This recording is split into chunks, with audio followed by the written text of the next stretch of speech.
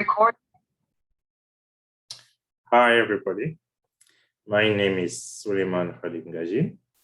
I'm an environmental engineer and PhD in Earth and Fluid Envelope, as you can see in the front line of this presentation. My research area focuses on atmospheric chemistry and physics. In more details, I am an air quality specialist. Bonjour à tous, mon nom c'est Suleiman Khalid Ngaji et je suis ingénieur en environnement et chercheur en fait en PhD dans le domaine en fait de physico-chimie de l'atmosphère.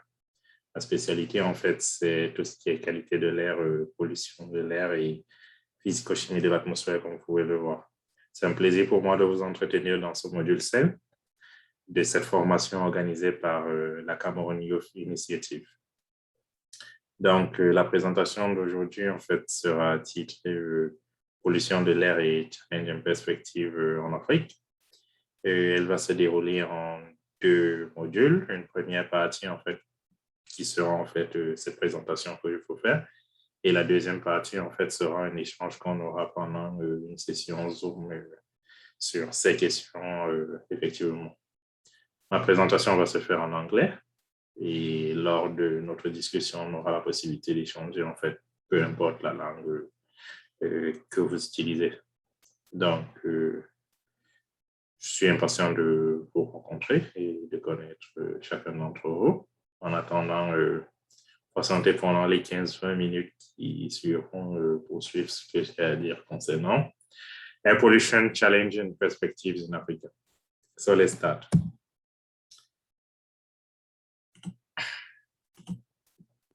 In this presentation, I will start with a short introduction, then definition and sources of atmospheric aerosols. And then I will talk about the atmospheric aerosol life cycle, health and environmental concerns, regulation of air quality in the world, sampling and measurement of atmospheric pollutants, and then a conclusion. Let's go. In the air we breathe, we have different components. So the composition of air is made of azote, nitrogen, oxygen, argon, and other gases, which represent 0.03% of the total amount of gases. So in these other gases, you have carbon monoxide, carbon dioxide, sulfur dioxide, ammonia, nitrogen, volatile organic compounds, nitrogen oxide, all other gases. They are just in this 0.03% of that. So from these gases, you have what you call primary pollutants. Primary pollutants are pollutants directly emitted from the sources. When you cook, you burn smoke, you burn wood fires. So from this wood that you're burning, it emits both particles and gases. Like you emit CO in complete combustion, or you emit CO2 if the combustion is complete. So that CO2 or that CO, carbon monoxide or carbon dioxide, is a primary pollutant because it is directly emitted from the smoke that you burn to cook. In the meantime, when you are transported in a car in a city center, in Yaoundé or Douala, the emission, the smoke coming from the cars are vehicle exhaust, and they are either particles, that's why they are black, or gases. So those are also primary pollutants. So when they enter the atmosphere, they can react with other gases and make what we call secondary pollutants, which can be either gases or particles. What gas can be formed as a secondary pollutant? You will have, for example, a transformation of sulfur dioxide reacting with water to form sulfur trioxide, or nitric acid that can form through the reaction of nitrogen dioxide with water or under different atmospheric conditions, pressure, temperature, and others. So what you have to know here is that in the air we breathe, you have main nitrogen, oxygen, and then you have other gases.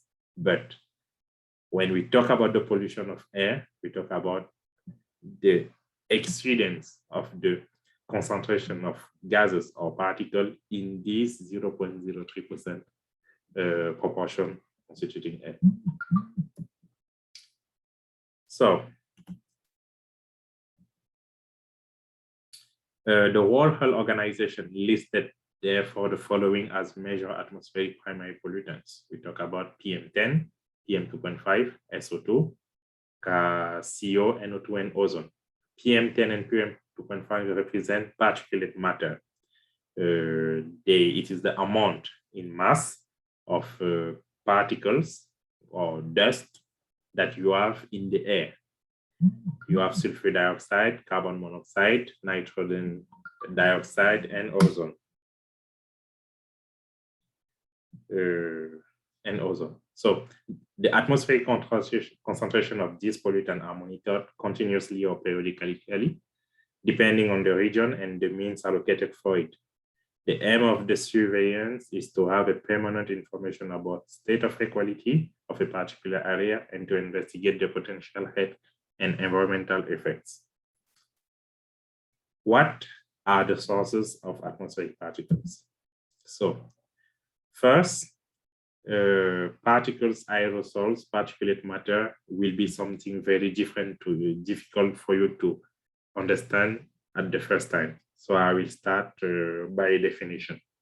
So we call aerosols liquid or solid particle suspended for at least several hours, airborne, and of size varying from few nanometers to few tens of micrometers.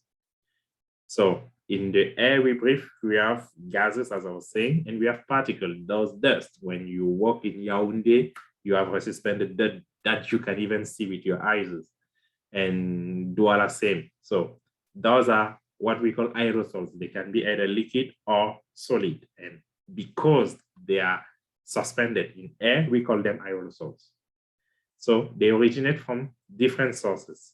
From natural sources, you have sea salt, for example, here in the first figure, that are emitted from the bubble burst coming from the ocean. So you know that the ocean is salty.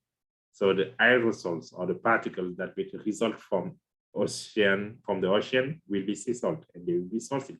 They are made of nitrogen and chloride. From a volcanic eruption, you will have volcanic ashes. You see the aspect here, and these are also types of particles. And also, we have biogenic particles, which are also from natural sources. You have pollen grains that are also emitted during pollination time and are also spread everywhere where you will find plants and others. So for different kind of natural sources, you will have different type of particles. In Africa particularly, you will also have biomass burning resulting from the drought that leads to forest fires, for example. So next to natural sources, you will have anthropogenic sources. Anthropogenic sources are sources of particles or gases that are associated with human intervention, with human, that are caused by human, as you can see. So for that, you will have, for example, vehicle exhaust, as presented at the introduction, and which emits in the atmosphere compounds like nitrogen, sulfur dioxide, depending on the fuel you use, and also particles, and mainly what we call black carbon that you can see in this first figure here. So black carbon is a type of particle that gives the black color to smoke, the smoke coming from the vehicle exhaust. You are very familiar with that in Yaoundé when you use motorbikes or in Douala. Next to that, you will have also different type of particles emitted due to, for example, incineration, burning toxic materials or burning waste, solid waste. And you have also particles coming from resulting from the industrial activity emitted by the chimneys, industrial chimneys, and either from the cement industries or from the petrochemical industries. All these different sources, all these different processes will emit different particles in the atmosphere. So because you have various sources, you will also have, and that you know that in the atmosphere, all these particles, when they meet together, they also react and form new things. You have that complex schema that's formed inside, which is very difficult to understand, and that can impact health and environment.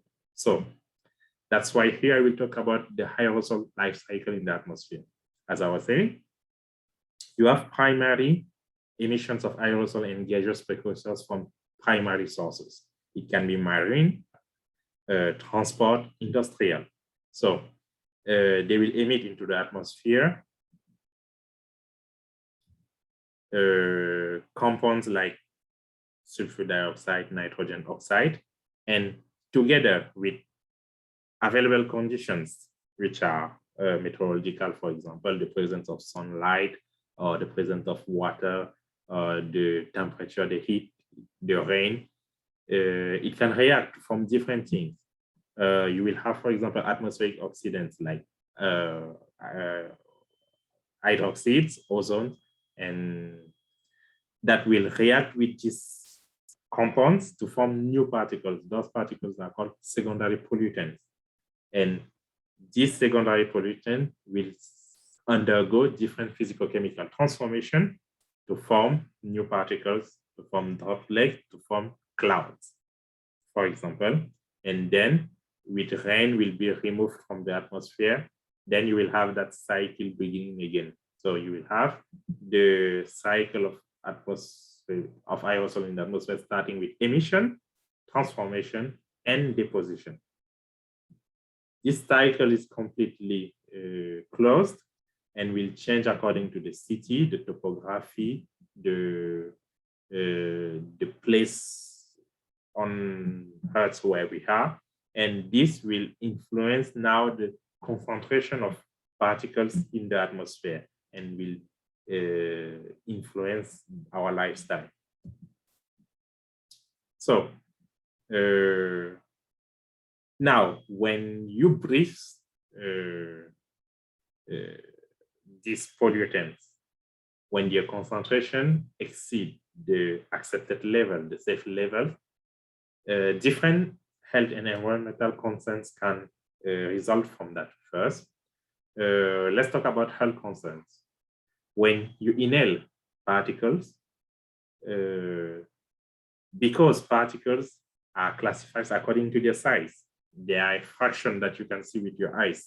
We are talking about the dust, but also there is a fraction that you can't see that is only perceptible when you use very detailed instrumentation like microscopes or like advanced technique for detection. So when you breathe particle, a part of those particles according to the size will remain in your tracheobronchial area, in the upper parts of your respiratory tract. The size of those particles are generally greater than 5 micrometers, but smaller size will reach your thoracic, your lungs. So that's the thoracic fraction. The diameter of those particles ranges between 2.5 micrometers and goes up to 5 micrometers. Those particles remain in your lungs, and even a smaller fraction, which is a respirable fraction, can go deeper into your alveoli, and there can lead to different mechanisms or different reaction with your leaking interstitium. So know that, as I said before, each particle has a chemical composition because it has a different sources. So when, for example, a particle from the ocean is breathed by someone like you and me, according to the chemical composition of the particle, it can react differently than, for example, a soot particle in your respiratory tract. And this will have as a consequence various types of diseases such as asthma, even cancers, which are classified in the general term of medicine as non-communicable diseases. So the worldwide, the World Health Organization estimates that 7 million deaths per year are associated with short-term or long-term exposure to air quality, to bad air quality. So to resume then about the health effects, As I said, 7 million people die prematurely every year from air pollution, both household and outdoor. You have 21% which are due to pneumonia, 20% from stroke, 34% for ischemic heart disease, 19% from chronic obstructive pulmonary diseases, and 7% from lung cancer. So that's why air pollution is recognized as a major environmental risk to health, as a global urban, and we know that global urban air pollution level increased by 8% between 2008 and 2013. 91% of people are exposed to air pollutants level exceeding WHO limits. We'll talk about them later. And among these pollutants, particulate matter is recognized as one of the most dangerous to human health. As I was saying, the air you breathe inside your house is more polluted than outside when you are walking in the city or in the street. And I will ask you, why do you think air pollution inside is 100 times more polluted than outdoor air? We'll talk about it when we'll have our discussion. Let me go to the environmental concerns. So the main contribution of air pollutants in the environment, the main effect is estimated by what we call the radiative forcing. Is the capacity of atmospheric aerosols to warm or to cool the atmosphere. And you've heard about greenhouse gases. So among these greenhouse gases, there are also aerosols or particles that also play a role in the warming or the cooling of the atmosphere. Concerning aerosols, this area in this green rectangle, you see that, for example,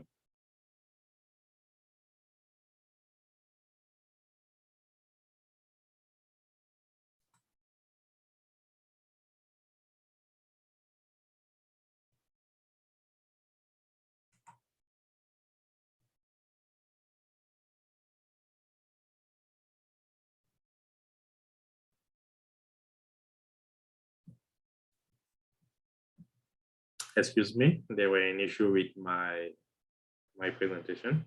So in this figure, I show you the radiative forcing of different components like greenhouse gases, ozone, and aerosols. While in red, you see that greenhouse gases are generally associated with the warming of the atmosphere. You see that aerosols here generally leads to cooling the atmosphere. Why is it possible? Because when aerosols interact with radiation, the interaction of incoming sunlight with aerosol will lead to either absorption, that will lead to cooling, or dispersion of incoming radiation towards the sun, that will lead to the cooling of the atmosphere. Also, aerosols are the main ingredient to the formation of cloud through cloud condensation nuclei that I will explain you also during our face-to-face presentation. And when you have clouds, they act as an umbrella, a natural umbrella. When sunlight comes, then they reflect them towards, also I was saying, the upper layers of the atmosphere, leading to atmospheric cooling. So the tricky question is, should we produce more aerosol to cool the climate, or should we regulate aerosols to protect health? That's the challenge. So it's always important to see what's the finding the best solution is not that appropriate, and the same solution can be applied for example, Yaoundé, or the same solution applied in Yaoundé cannot be, for example, applied in Delhi. But we will see, we'll have that during the discussion. Regarding public health, one of the major issues associated with air pollution is what we call air pollution episode. An air pollution episode is the period in which air pollution, concentration of air pollutant exceed levels our recommendations for a period more than 24 hours and can cover a very large geographical area.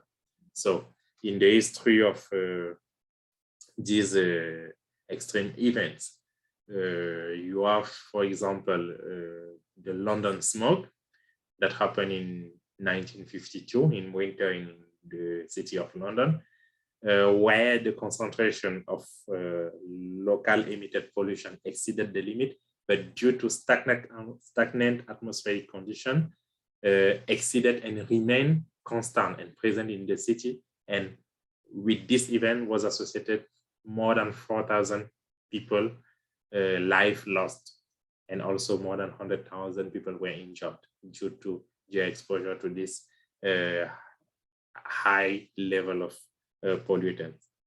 In the meantime, you also have the famous Los Angeles photochemical smoke. This time, this happened in summer, as you can see in the picture, that the sunny aspect of the city. And the pollution episode here was caused by the formation of secondary aerosols associated with ozone formation, and also aerosols that were transported from other parts of the USA and brought to Los Angeles. So this condition created an environment where the atmospheric concentration exceeded the limit, and that wasn't also good for the population, and also was associated with around 1,000 people that passed away that day. And so this brings you in perspective the necessity of regulating and monitoring air quality, because people's lives are in danger when you don't regulate it.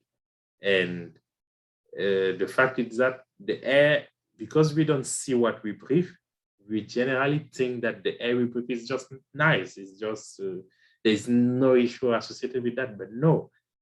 Most of our disease can even be associated with air pollution. That's why we need to focus on them. That's why we need to monitor them. That's why we need to give a better and more attention to it. So as a regulation of air quality in the world, you have three main recommendation or regulation that are used worldwide. You have, of course, the WHO Global Air Quality Guidelines for particulate matter, ozone, nitrogen dioxide, sulfur dioxide, and carbon monoxide, that was released latest few months ago in 2021. So this WHO, they fix standards for this PM 2.5, PM 10, and other compounds. For example, for the PM 2.5, they say that, for example, the daily, like 24-hour average PM 2.5 concentration in the atmosphere should not exceed 15 micrograms per cubic meter. Otherwise, health or environment health concern, like people's health, are in danger, to say that. So you have the European Directive 2018/50/EC from the European Commission that regulates ambient air quality and cleaner air for Europe. Then they fixed, for example, that for PM10 concentration, the daily concentration, like 24 hours average, should not exceed 50 micrograms per cubic meter. Now consultations are ongoing in order to revise this regulation. And you have also the famous Clean Air Act from the Environmental Protection Agency, EPA, of the United States of America, that also regulates the air quality, and whose standards are used worldwide to regulate also this air quality. In this picture here, I tried to show you the average concentration of PM 2.5 in various cities in Africa. This was reported by Josuel Oli from the result of the DASIWA project. So what you can see is, for example, that maximum concentration, this is annual average, can reach 150 micrograms per cubic meter in cities like Kirenga in Uganda, or in Ivory Coast, or for example, in the city of N'Djamena in Senegal, you can reach 100 micrograms per cubic meter. The cleanest city can be in Ghana, Jomiso, which is close to 30 microgram per cubic meter. But overall, what you see is that all these yearly average are above the WHO yearly recommendation of 10 microgram per cubic meter. So it means that in all these cities in Africa, we still breathe polluted air, we can say like that, that exceeds the WHO recommendation. So sampling and measuring air quality parameters. You can't just measure the parameters by themselves. You need to measure aerosols and gaseous pollutants together with in the environment they are produced or emitted in. So you're together with the monitoring of PM2.5, SO2, nitrogen oxide, you need to monitor meteorological parameter, temperature, relative humidity, wind speed, wind direction. And if you are doing in advanced research, you will monitor what we call atmospheric dynamics, vertical, horizontal wind, boundary layer, head turbulences. For the particles, for example, you need to measure them. In the meantime, you need to sample them. When you sample them is when you can analyze and give your chemical composition. This is more the work done in universities and advanced atmospheric institutions doing research. So today also various models are developed in order to give the state of air quality in the world. About this part, sampling and measuring air quality, we will talk about it deeply during our exchange next week.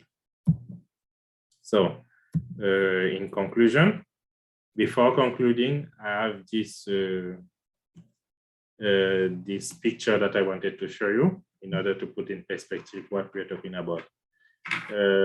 This picture shows you different cells, different is a comparison of a COVID-19 cell compared to PM2.5, compared to different particles that we breathe. What you can see that you have a PM2.5, a PM10 particle here, a red blood cell.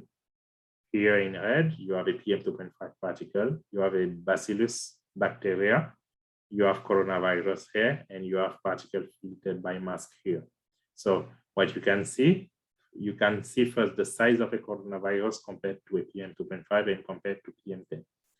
The reason why I show you this picture is because we will also have a definition, a discussion about this issue, about air pollution and COVID-19 transmission. And I want you from today, when you finish watching this video, to think about it. What can be the link between COVID-19 and air quality? It will be the main topic of our discussion during our face-to-face exchange. And I'm really curious and impatient to see what you will say about it. So thank you for your attention. We will stop here and see you next week. Bye.